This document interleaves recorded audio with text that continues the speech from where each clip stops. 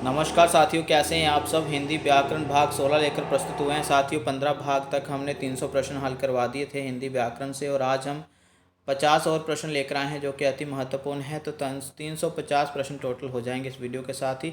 तो ETT second paper की तैयारी कर रहे हैं, यूजीसी नेट हिंदी की तैयारी कर रहे हैं, जो अन्य हिंदी साहित्य की परीक्षा की तैयारी कर रहे हैं, तो आपके लिए ये वीडियो बहुत लाभदायक सिद्ध होने वाला है। तो साथियों, हमारे पास पहला प्रश्न है, कृत प्रत्यय की परिभाषा क्या है। तो साथियों, कुछ प्रश्नों के हम विकल्प पढ़ेंगे, वही पढ़ेंगे जिनके उत्तर आपने देने हैं कमेंट सेक्शन में देख जाकर, ठीक है। तो जैसे ये पहला प्रश्न है, इसका उत्तर हम ही दे देंगे, तो विकल्प पढ़ने की आवश्यकता नहीं है यहाँ पर। कृत प्रत्यय की परिभाषा क्या है। कृत प्रत्यय जानते हैं ना साथियों, ये वो प्रत्यय होते हैं जो क्रिया या क्रिया के मूल रूप, धातु बोला जाता है ना क्रिया के मूल रूप को, तो क्रिया के मूल रूप अर्थात धातु के अंत में प्रयुक्त होने वाले प्रत्ययों को कृत प्रत्यय कहा जाता है। तो दूसरा विकल्प यहाँ पर बिल्कुल सही होने वाला है। तो साथियों, दूसरा प्रश्न है जहाँ पर हमारे इस स्क्रीन पर, घबराहट शब्द में प्रत्यय क्या है। घबराहट शब्द में प्रत्यय राहट, आहट, घबरा या घबराना। तो साथियों, आपको तो पता ही होगा, आहट शब्द जो है घबराहट का प्रत्यय है। तो साथियों, तीसरा प्रश्न है हमारे पास कि अशर्फियाँ लूटे कोयलों पर मुहर लोकक्ति है जे, इसका अर्थ बताना है आपने। तो इसमें जो सही उत्तर आएगा वह है विकल्प तीसरा, एक तरफ फजूल खर्ची, दूसरी ओर एक एक पैसे पर रोक लगाना। साथियों, टेलीग्राम का लिंक आपको हमारे वीडियो के डिस्क्रिप्शन में मिल जाएगा। टेलीग्राम पर आप हमारे साथ ज़रूर जुड़िए, उसमें हमने न जाने कितने प्रकार के लोकोक्तियों के प्रश्न जो हैं पूछे हुए हैं। वहाँ पर निरंतर प्रश्नावली जो है वो रखी जाती है आप लोगों के सामने। तो हमारे टेलीग्राम के ग्रुप में भी जरूर जुड़िए। ग्रुप नहीं है, चैनल है, ग्रुप का डिस्कशन का अलग से हमने बनाया हुआ है, तो वो भी लिंक आपको चैनल में मिल जाएगा, ठीक है, टेलीग्राम के। साथ ही चौथा प्रश्न है हमारे पास, अर्घ्य और अर्घ क्या है। ये श्रुति समुच्चारित भिन्नार्थक शब्द हैं ये।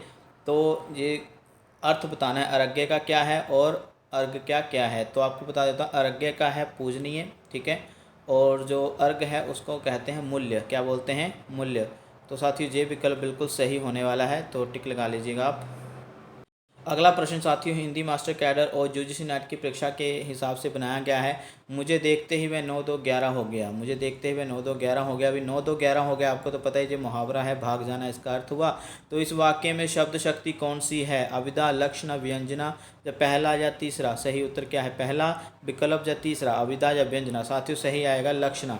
लक्षण, जहाँ पर मैंने विकल्प पढ़ दिए क्योंकि पढ़ना जरूरी था। अभी लक्षणा शब्द शक्ति पता ही है, वहाँ पर होती है, उन पंक्तियों में होती है, उन वाक्यों में होती है जहाँ पर ऐसे ही मुहावरे हमें देखने को मिल जाते हैं। बात को सीधा न कहकर मुहावरों की भांति घुमाकर कहा गया होता है, तो वहाँ पर लक्षणा शब्द शक्ति है। तो साथियों, छठा प्रश्न है, क्या है प्रश्न? इस लड़के सा पढ़ना कठिन है। क्या है? इस लड़के सा पढ़ना कठिन है, मतलब इस लड़के के समान, माफ़ करेगा, इस लड़के के समान पढ़ना कठिन है, इसका यहाँ पर यही अर्थ है। क्या है? ठीक है। तो साथियों, इसमें क्या है? वाक्य सा, वाक्य में सा शब्द जो है ना, ये लगा हुआ ना जो सा, तो इसमें सा शब्द का मतलब क्या है, ये अर्थ क्या है, मतलब क्या है इसकी पहचान? उपमा अलंकार की वजह से सा लगा हुआ, क्रिया विशेषण निपात, या पहला या तीसरा, मतलब उपमा अलंकार या निपात। तो साथियों, जहाँ पर जो आंसर आएगा वो आएगा निपात। ईटीटी सेकंड पेपर हो, यूजीसी नेट हिंदी हो, हिंदी मास्टर कैडर हो, अन्य हिंदी व्याकरण से संबंधित परीक्षाओं के लिए ये प्रश्न आप लिख लीजिए। साथियों, जिन वाक्यों में अक्सर ऐसे शब्द रहते हैं, सा, ही, ठीक है, मैं ही था, मैं भी कर सकता हूँ, ऐसे शब्द, वी, ही, सा, और भी बहुत सारे शब्द हैं साथियों, ठीक है। इस प्रकार के छोटे छोटे शब्द जो निपात होते हैं, जे भी अव्यय का ही अंग माना जाता है। इनमें भी लिंग वचन कारक के आने पर भी कोई परिवर्तन नहीं आता है, ठीक है साथियों, तो लिख लीजिएगा। अगला प्रश्न साथियों, सातवां प्रश्न है। क्या पूछा जा रहा है? पूछा क्या जा रहा है? मैं चाहता हूँ कि तुम्हारे साथ व्यापार करूँ। क्या पूछा जा रहा है? मैं चाहता हूँ कि मैं तुम्हारे साथ, मतलब मैं चाहता हूँ कि तुम्हारे साथ व्यापार करूँ। वाक्य की पहचान बतानी है, और पहचान से मतलब है कि ये वाक्य निषेधवाचक है, मिश्रित वाक्य है, मतलब, ठीक है, मिश्रित वाक्य है, या फिर सरल वाक्य है, या संयुक्त वाक्य है। तो साथियों, ये तो मिश्रित वाक्य हुआ ना, ठीक है, तो ये हिंदी मास्टर कैडर के अनुसार पता होना चाहिए आपको। ये साथियों मिश्रित वाक्य हुआ। तो साथियों, जिसका जो सही उत्तर आया वो आएगा मिश्रित वाक्य, ठीक है। तो मिश्रित वाक्य बिल्कुल सही आएगा, ओके। तो साथियों हमारे पास अभी आ गया 8वां प्रश्न। 8वें प्रश्न में क्या पूछा गया है? अनुनासिक। अनुनासिक बोला जाता है चंद्र बिंदु को, पता है ना आपको। अनुनासिक के संबंध में सही परिभाषा क्या है? सही परिभाषा क्या है? तो साथियों जिस ध्वनि मैं विकल्प पढ़ रहा हूँ। पहला, जिस ध्वनि के उच्चारण में हवा नाक से निकलती है। दूसरा विकल्प है जिस ध्वनि के उच्चारण में हवा मुंह से निकलती है। तीसरा है जिस ध्वनि के उच्चारण में वायु घर्षण करके बाहर निकलती हैं। या चौथा है जिस ध्वनि के उच्चारण में हवा नाक मुख दोनों से बाहर निकलती है। तो साथियों ये आपको मैं होमवर्क दे रहा हूँ, कमेंट सेक्शन में जाकर इसका उत्तर आप जरूर दीजिएगा, ठीक है। अगला प्रश्न साथियों, 9वां प्रश्न हमारे सामने प्रस्तुत है। ऐसे शब्द जो संस्कृत और प्रकृत से विकृत होकर हिंदी में आए उन्हें कहते हैं। साथियों उनको तो तद्भव कहते हैं, ठीक है जी। अगला 10वां प्रश्न साथियों जी यूजीसी नेट हिंदी और हिंदी मास्टर कैडर के अनुसार बनाया गया प्रश्न है। मिक्स प्रश्न हम लेकर आए हैं आपके लिए। तो क्या है प्रश्न? छंद में नियमित वर्ण या मात्रा पर सांस लेने के लिए रुकना पड़ता है। छंद पढ़े है ना आपने? छंद में नियमित वर्ण या मात्रा पर सांस लेने के लिए रुकना पड़ता है। इसी रुकने के स्थान को कहा जाता है साथियों, कहा जाता है यति। क्या कहा जाता है? यति। विराम भी कहा जाता है वैसे, ठीक है। आगे 11वां प्रश्न है, क्रिया के उस परिवर्तन को क्या कहते हैं जिसके द्वारा, अभी साथियों क्रिया के उस परिवर्तन को क्या कहते हैं जहाँ पर प्रश्न पूछा गया है। और जो उदाहरण है मतलब जो परिभाषा है जो कही गई है, जिसके द्वारा इस बात का बोध होता है कि वाक्य के अंतर्गत कर्ता कर्म भाव में से किसकी प्रधानता है। क्या कहा गया है? क्रिया के उस परिवर्तन को क्या कहते हैं? किसके परिवर्तन को? जिसके द्वारा इस बात का बोध होता है कि वाक्य के अंतर्गत कर्ता कर्म भाव में से किसकी प्रधानता है। तो साथियों इसका जो सही उत्तर आएगा वाच्य। Hindi master cadre UGC net Hindi के हिसाब से बिल्कुल परफेक्ट प्रश्न बनता है। ये वाच्य। वाच्य क्या है साथियों? आपने वो इंग्लिश में चेंज द वॉइस पढ़े हैं ना, हिंदी में उसको वाच्य बोला जाता है। क्या बोला जाता है? वाच्य बोला जाता है साथियों। ये आप याद कर लीजिए, वॉइस, ठीक है ना, जिसमें सब्जेक्ट को ऑब्जेक्ट की जगह ले जाते हैं, ऑब्जेक्ट को सब्जेक्ट की जगह, फिर एम को है ना बदल दिया जाता है, हेल्पिंग वर्ब जो प्रयोग किए जाते हैं अलग प्रकार से, फिर वर्ब की फॉर्म को थर्ड में बदला जाता है। वो सब पता होगा, आपने करा होगा, ठीक है जी। बस यही तो समझाया जा रहा है वाच्य। तो वाच्य की परिभाषा आप लिख लीजिएगा, ठीक है जी। अगला प्रश्न साथियों, विघ्न। विघ्न शब्द का पर्यायवाची है। विघ्न, तो विघ्न शब्द का पर्यायवाची, इसका आप कमेंट सेक्शन में जाकर होमवर्क हमें जरूर दीजिएगा जी, ठीक है जी। ओके। उपवाक्य कितने प्रकार के हैं? उपवाक्य साथियों बहुत इंपॉर्टेंट प्रश्न है। उपवाक्य 3 प्रकार के होते हैं, ठीक है। पहला उपवाक्य संज्ञा उपवाक्य। क्या है? संज्ञा उपवाक्य, ठीक है जी, संज्ञा उपवाक्य। दूसरा है विशेषण उपवाक्य, ठीक है। सर्वनाम उपवाक्य कुछ नहीं होता है, विशेषण उपवाक्य, ओके। आगे तीसरा क्या है? तीसरा है क्रिया विशेषण उपवाक्य। क्या है साथियों? क्रिया विशेषण उपवाक्य, ठीक है। आप समझ गए होंगे, लिखने की आवश्यकता नहीं है। आगे साथियों, वह विद्यार्थी बीमार है जो कल अनुपस्थित था, ठीक है, जो कल गैर हाजिर था, कल अनुपस्थित था, वह विद्यार्थी बीमार है। तो वाक्य में कौन सा उपवाक्य का भेद है? मैंने बोला ना उपवाक्य 3 प्रकार के होते हैं, संज्ञा, विशेषण और फिर आगे हमारा क्रिया विशेषण। अभी तीनों में से एक उपवाक्य का भेद है जहाँ पर, ठीक है। वाक्य क्या है? वह विद्यार्थी बीमार है जो कल अनुपस्थित था। तो साथियों जहाँ पर जो ऑप्शन है संज्ञा, सर्वनाम, विशेषण, क्रिया विशेषण, सही आएगा विशेषण। क्योंकि जहाँ जिन वाक्यों में प्रधान वाक्य होता है ना, प्रिंसिपल क्लॉज जिसे बोला जाता है, प्रधान वाक्य के बाद जो जिसका, जिनका, है ना, जितना, ऐसे शब्द प्रयोग होते हैं जहाँ पर, वहाँ पर समझ लेना विशेषण, ठीक है। क्योंकि ऐसे शब्द होते हैं जो प्रधान वाक्य की मतलब प्रधान वाक्य की वहाँ पर विशेषता बता रहे होते हैं, ठीक है। तो ये कभी बताएंगे किसी अलग वीडियो में अलग से इनके बारे में भी। इम्पोर्टेंट है साथ ही, हर जानकारी देनी चाहिए। शत शब्द है, क्या है? तद्भव, तत्सम, देशज या विदेशी। तो साथ ही ये भी आपको होमवर्क है, कमेंट सेक्शन में जाकर हमें ज़रूर बताइएगा। जब आप खुद से खोज करेंगे तो आपको ज़्यादा आएगा। साथियों अगला प्रश्न, तो न्याय ने कितनी प्रकार से पूछा जाता है? सीबीएसई में यदि आप इंटरव्यू देने के लिए जाओ, ठीक है जी, तो वहाँ पर तो न्याय कितनी प्रकार से ये प्रश्न पूछ लिया गया है। प्रतिवेदन क्या है? प्रतिवेदन साथियों ये हालांकि व्याकरण की दृष्टिकोण से प्रश्न तो नहीं लगता है आपको, लेकिन मुझे लगा कि ये बताना चाहिए। प्रतिवेदन के बारे में प्रश्न पूछ लिया जाता है। निबंध और प्रतिवेदन में क्या अंतर है? निबंध पता ही है आपको, ठीक है, किसी एक विषय पर लिखा जाता है, उसमें आलोचना थोड़ी करी जाती है, विषय के बारे में, गुणों के बारे में बताया जाता है, अब गुणों के बारे में बताया जा सकता है, ठीक है। प्रतिवेदन क्या है? प्रतिवेदन में आपको बता दूं कि सीधा उत्तर लिखा देता हूं, जिसमें भूतकाल, भूत लिखा है जहां पर, जिसमें भूतकाल अथवा वर्तमान की विशेष घटना, प्रसंग, विषय के प्रमुख कार्यों के क्रमबद्ध और संक्षिप्त विवरण को प्रतिवेदन कहते हैं। क्या कहा गया है? भूतकाल, वर्तमान की विशेष घटना, प्रसंग या विषय के प्रमुख कार्यों के क्रमबद्ध और संक्षिप्त विवरण को प्रतिवेदन कहते हैं। ठीक है साथियों। आगे है 70वां प्रश्न। साथियों ये भी इंपॉर्टेंट है। क्या लिखा जा रहा है इसमें, निम्नलिखित कौन सा रस का अंग नहीं है। तो ये यूजीसी नेट के हिंदी के हिसाब से प्रश्न है। कौन रस के 4 अंग माने गए हैं, भाव, विभाव, अनुभाव और संचारी भाव। तो कौन सा नहीं है, पदबंध नहीं है साथियों। ठीक है। अगला साथियों प्रश्न 18वां प्रश्न। क्या बोला गया है इसमें, क्या पूछा गया, हिमालय भारत का पहाड़ है। ठीक है जी। तो इसमें भारत शब्द और का शब्द दोनों का ही परिचय देना है। क्या है, भारत जातिवाचक है साथियों, और का शब्द है वो संबंध कारक है। तो सही ऑप्शन आएगा हमारा चौथा। ठीक है। आगे साथियों, केली शब्द का अनेकार्थी शब्द नहीं है। केली शब्द का अनेकार्थी नहीं जी, होमवर्क दे रहा हूँ, आप हमें कमेंट सेक्शन में जाकर इसका उत्तर आप जरूर दीजिएगा। अगला साथियों, जीव के आधार पर स्वरों के कितने भेद हैं। साथियों 3 भेद हैं, अग्र भेद, मध्य भेद और पश्च भेद। ठीक है जी। री, री का उच्चारण स्थल क्या है, री पढ़ा है ना, री ऋषि वाला उच्चारण स्थल क्या है साथियों। तो आपको बता देते हैं आगे जाकर। इसके विकल्प क्या है, तालु, मूर्धा, दंत, कंठ। तो साथियों मूर्धा पता है ना, मूर्धा क्या होती है, हमने बताया हुआ एक वीडियो में, बहुत सारी वीडियोस में जब भी हम लेकर आते हैं व्यंजनों से संबंधित। आगे साथियों, ज्ञ, ज्ञ व्यंजन किन व्यंजनों के मेल से बना हुआ है। साथियों ये तो आता ही होगा आपको। ठीक है जी। तो सही उत्तर जो है वो है तीसरा। ठीक है। तो अगले प्रश्न में चलते साथियों 22वां। ठीक है। 22वें प्रश्न में क्या है, अनार्य शब्द। क्या है, अनार्य। अभी अनार्य शब्द जो है साथियों क्या है, तत्सम। क्या है साथियों, ये तत्सम शब्द है। ओके जी। अभी इसका तद्भव रूप जो है वो क्या है, अनाड़ी। इसका उत्तर मैंने बता दिया, इसका विकल्प नहीं रखा है। ठीक है। अनार्य शब्द जो एक तत्सम है, इसका तद्भव रूप हो गया अनाड़ी, इसके विकल्प नहीं रखे हमने। आगे है मत्स्य शब्द, किसका तत्सम है, मत्स्य तो पता ही होगा, मत्स्य शब्द जो है ये तत्सम है मछली का। मछली शब्द जो है वो क्या है, तद्भव है। ठीक है साथियों, तद्भव पता होगा आपको। तो कुछ प्रश्नों के विकल्प नहीं, सीधे उत्तर लिखा दिए। आगे साथियों 25वां प्रश्न। ठीक है। रूढ़, यौगिक, जोगरूढ़ आदि शब्द प्रकार है। ठीक है। आदि किस शब्द के प्रकार, रचना के आधार पर है, प्रयोग के आधार पर, उत्पत्ति के आधार पर है, अर्थ के आधार पर। ये आपको होमवर्क दे रहे हैं साथियों, जल्दी से कमेंट सेक्शन में जाकर उत्तर दे दीजिएगा जी। आगे साथियों 26वां प्रश्न है, राजकुमारी शब्द। राजकुमारी शब्द रूढ़, यौगिक, जोगरूढ़ या शंकर। तो साथियों ये यौगिक शब्द है। ठीक है जी।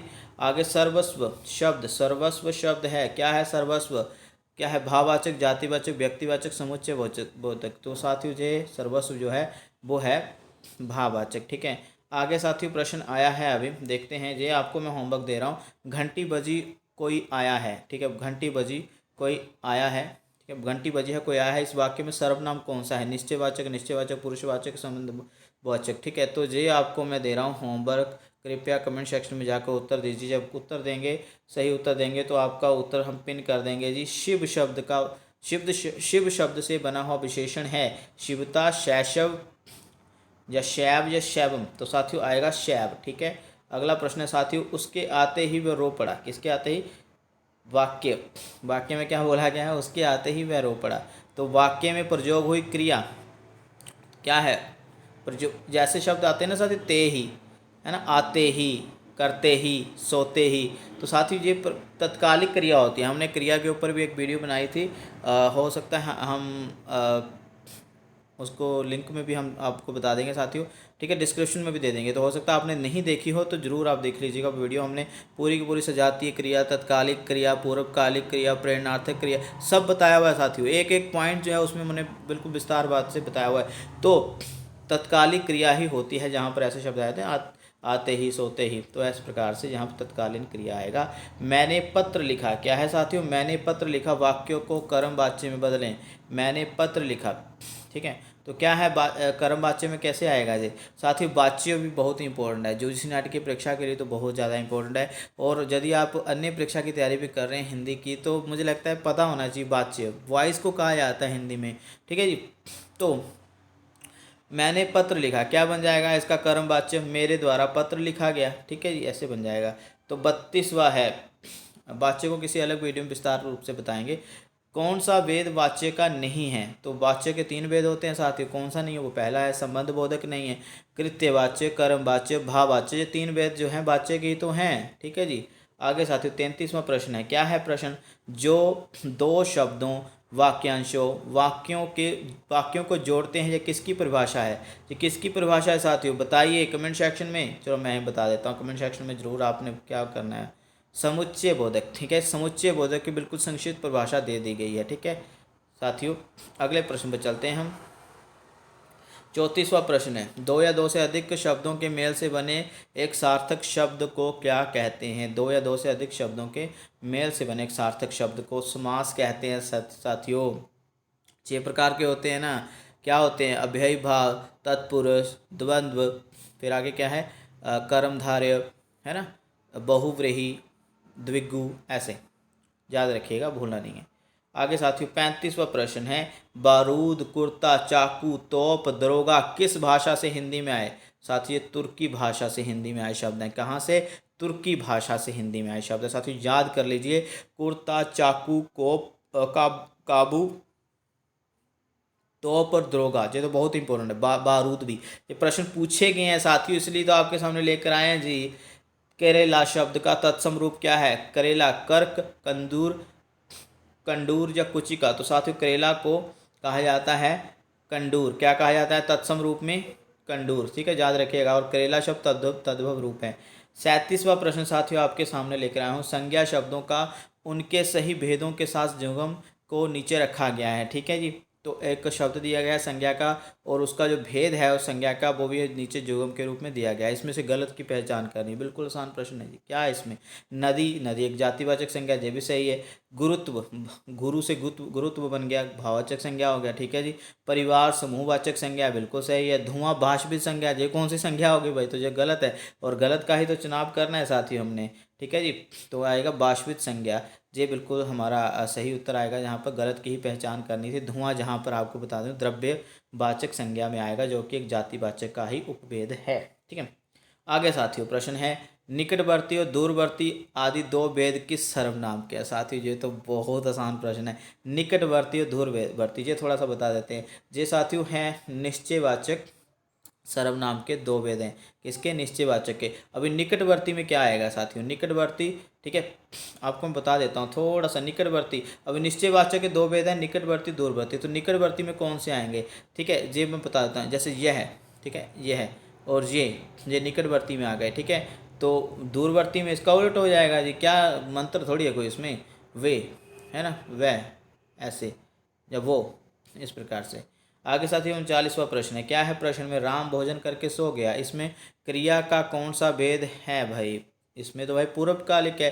करके सो गया, है ना, पढ़ के सो गया, पढ़कर सो गया, ऐसे साथियों जब आते हैं ना ऐसे प्रकार के, ठीक है, जिसमें एक क्रिया पूर्व ही खत्म हो गई और दूसरी क्रिया जो है स्टार्ट होते होते रह गई, तो इस प्रकार से पूर्वकालिक क्रिया का भेद हमने समझाया हुआ है साथियों। आपको वीडियो में डिस्क्रिप्शन में लिंक मिल जाएगा। ठीक है, अगला प्रश्न साथी काफ़ी रोचक है। वाक्य में मौजूद काल सही मिलान करें। ठीक है, तो काल का सही मिलान आना था, जहाँ पर मिस करके हम थोड़ा सा, ठीक है जी, तो का आना है, जहाँ पर क्या आना है? का, काल का सही मिलान करना है। ओके, वाक्य में मौजूद, अभी सीता गई थी। अभी साथियों काल के बारे में मैं प्रश्न डालता रहता हूँ टेलीग्राम के ऊपर, तो काल के ऊपर एक वीडियो बहुत जल्द आने वाला है हमारा। वाक्य में मौजूद काल का सही मिलान करें। सीता गई थी, सीता गई थी, ये वाक्य है। क्या है? सीता गई थी। सामने कौन सा है?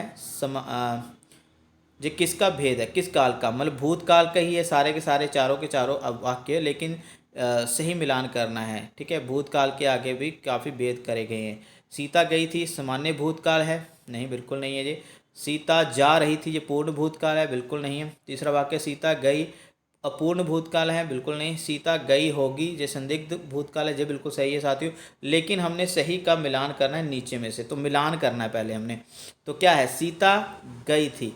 तो साथियों आपको बता देता हूँ, ये बिल्कुल पहला जो है वो ख के साथ मिलान हो जाएगा। ठीक है, पहले का ख के साथ पहला टिक लगा देते हैं पीछे। दूसरा, सीता जा रही थी, जब जा रही थी, रहे थे, रही थी, है ना, इस प्रकार क्या तो अपूर्ण भूतकाल के बोलते हैं। क्या बोलते हैं? अपूर्ण भूतकाल।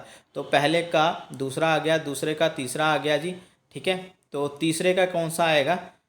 तीसरे का आ जाएगा जी हमारा पहला। ठीक है, सामान्य भूतकाल, सीता गई। ठीक है, तो ये तीसरा आ जाएगा। अभी चौथे का तो चौथा मैंने बता ही दिया। ठीक है, ये सीता गई होगी, संदिग्ध मतलब गई होगी, मतलब जहाँ पर अभी भी संदिग्धता है, तो जहाँ पर चौथा आ जाएगा। ठीक है, तो सही विकल्प कौन सा है साथियों? पहले का आएगा ख, तो इसलिए पहले का हमारा ख, पूर्ण भूतकाल, जो बिल्कुल सही हमारा विकल्प जो है पहला ही आ जाएगा। आगे साथियों 41वां प्रश्न है, क्या पूछा गया, आविर्भाव का विलोम क्या होता है। आविर्भाव का विलोम आएगा साथियों तिरोभाव। क्या आएगा, तिरोभाव। ठीक है। आविर्भूत का क्या विलोम आता है, आविर्भूत का वो आएगा तिरोभूत। ठीक है।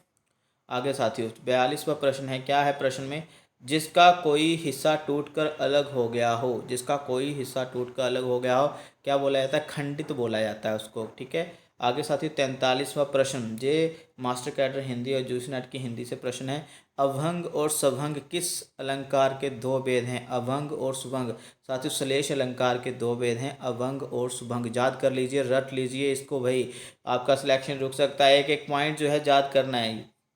ठीक है। अंगूठा छाप मुहावरे का अर्थ क्या है, ये आपको होमवर्क है। अनपढ़, एकलव्य, अर्जुन या नीचा दिखाना। ठीक है जी, अंगूठा छाप मुहावरे का अर्थ।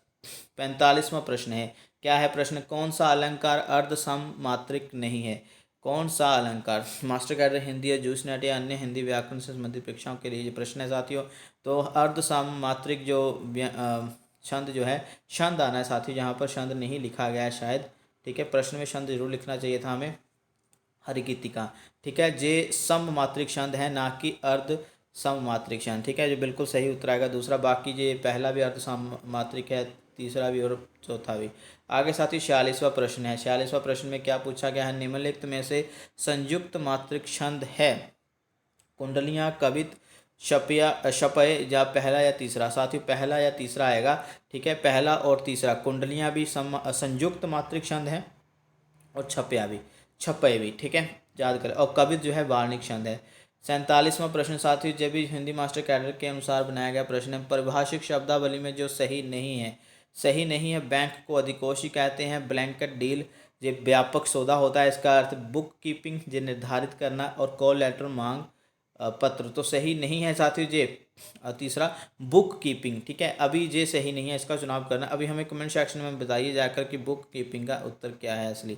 कॉल लेटर का बिल्कुल सही है, ब्लैंकेट डील का भी और बैंक का भी। ठीक है साथियों, जे भी आपने याद करने।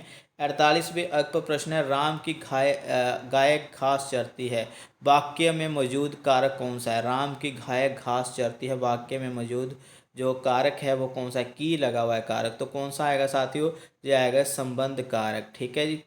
आगे साथियों तो क्या है अगला प्रश्न, दो भाषाओं के मिश्रण से बने एक शब्द को क्या कहते हैं। क्या कहते हैं साथियों, दो भाषाओं के मिश्रण से बने एक शब्द संकर कहते हैं। संकर शब्द साथियों पता है ना, आपने पढ़ा होगा रेल, रेल शब्द तो साथियों इंग्लिश का है। ठीक है, प्लस गाड़ी, ऐसे शब्द ये इंग्लिश का जब कोई देसी भाषा से हिंदी की ही कोई है ना, हिंदी के ही शब्द के साथ जुड़ गया कोई अंग्रेजी के शब्द को क्या बोलेंगे, संकर। ऐसे जरूरी नहीं कि अंग्रेजी की भाषा से ही जब हिंदी का कोई एक शब्द जुड़ता है तो वो संकर शब्द होता है, नहीं, ऐसे तो अरबी भाषा से भी हैं। ठीक है, फिर बहुत सारे शब्द तुर्की से, पुर्तगाल भाषा से भी आए हिंदी में, तो उनके मेल से भी जब कोई एक शब्द बनता है तो वहाँ पर संकर शब्द होगा। ठीक है जी, तो ये याद कर लीजिएगा। आज का हमारा अंतिम प्रश्न साथियों, ई और बड़ी ई। ठीक है, इन दोनों का उच्चारण स्थल क्या है, मूर्धन्य है, आगे है साथियों तालु है, ओष्ठ है या दंत है। तो साथियों इसका सही उत्तर जो है वो है तालु। ठीक है, याद कर लीजिएगा। और साथियों जो आपको होमवर्क हमने दिया है वो आप ज़रूर हमें कमेंट सेक्शन में जाकर बताइए उसके उत्तर। और साथियों अभी हमारे 350 प्रश्न जो है हो गए टोटल। तो मिलते हैं किसी अलग वीडियो में, तब तक अपना ध्यान रखिए, धन्यवाद। और चैनल के साथ जुड़े रहिए, अपना प्यार दीजिए, और धन्यवाद साथियों वीडियो पूरी देखने के लिए। सुरक्षित रहें।